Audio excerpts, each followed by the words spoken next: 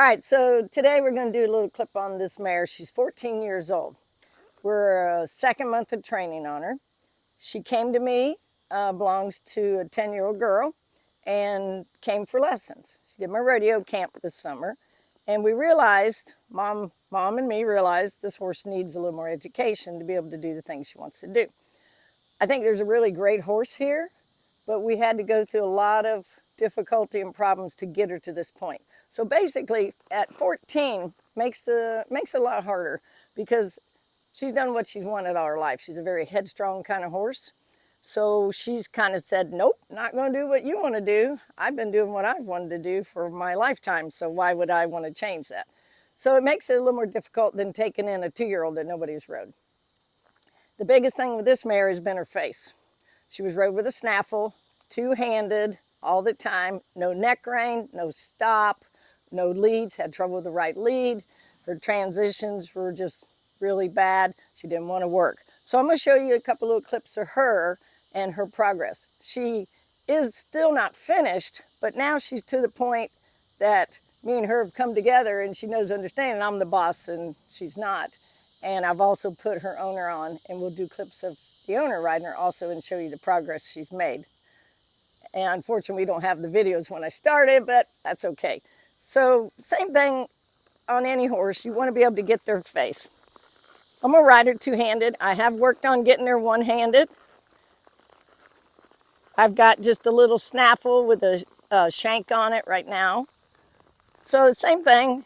I want to get a hold of her face. I want her to give to my inside leg. I want her to bridle up and come around when I take a hold of her face.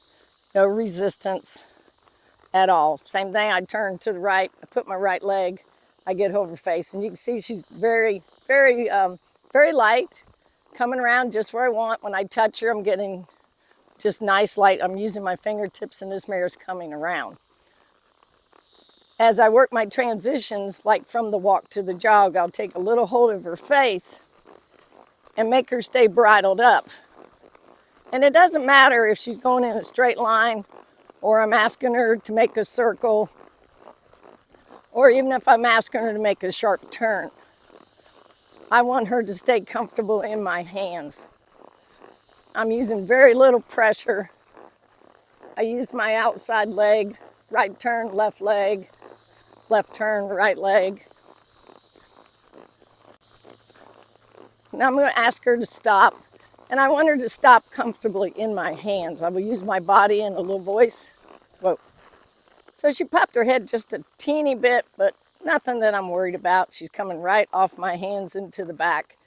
And this is big progress for this mare. She's relaxed. She's in her learning process now.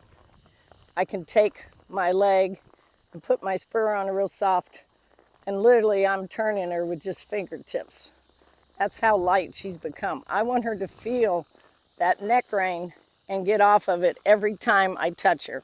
Because our ultimate goal is to be one-handed on this 14-year-old horse, not to be riding her two-handed. And I couldn't be any happier with her progress at this point.